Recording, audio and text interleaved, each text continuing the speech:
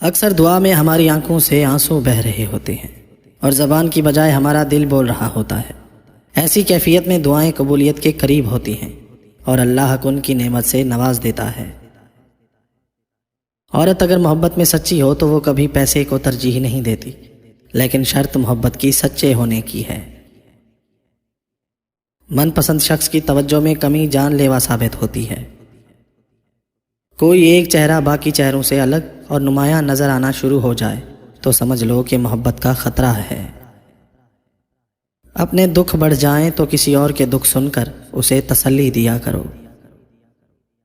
زندگی کی خوبصورتی بس اسی میں ہے کہ آپ کی وجہ سے آپ کے ارد گرد لوگوں کے چہروں پر مسکراہٹ پھیلی رہے۔ دوستی بھی کسی محبت سے کم نہیں ہوتی اگر دوست ساتھ نبھانے والا ہو۔ بے وقوف عورت اپنے شوہر کو غلام بناتی ہے اور خود غلام کی بیوی بنتی ہے۔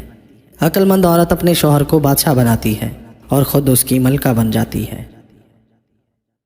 زندگی میں ہمیشہ ان لوگوں کا چناؤ کریں جن کو عزت دینے پر وہ خود سے بڑھ کر آپ کو عزت دیں۔ کچھ لوگ ساری عمر ڈسٹرب اور ذہنی کیفیت کا شکار رہتے ہیں۔ زمانہ ان کی اس بے چین کیفیت کے لیے رک نہیں جاتا۔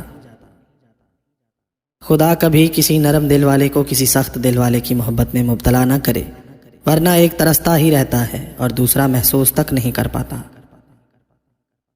واسطے پڑھیں تو کردار کھلتے ہیں، باتوں سے تو ہر شخص پارسا ہے۔ 100% سچا پیار صرف یہ 2 چیزیں آپ سے مانگے گا: آپ کا وقت، عزت۔ جھگڑے اس لیے بھی ختم نہیں ہوتے کیونکہ ہم جھگڑوں کو جھگڑوں سے ختم کرنے کی کوشش کرتے ہیں۔ معجزے یقین کے دھاگے پر ٹکے ہوتے ہیں۔ سکون سے لے کر بے بسی تک کے سارے اختیارات صرف اللہ کے پاس ہیں۔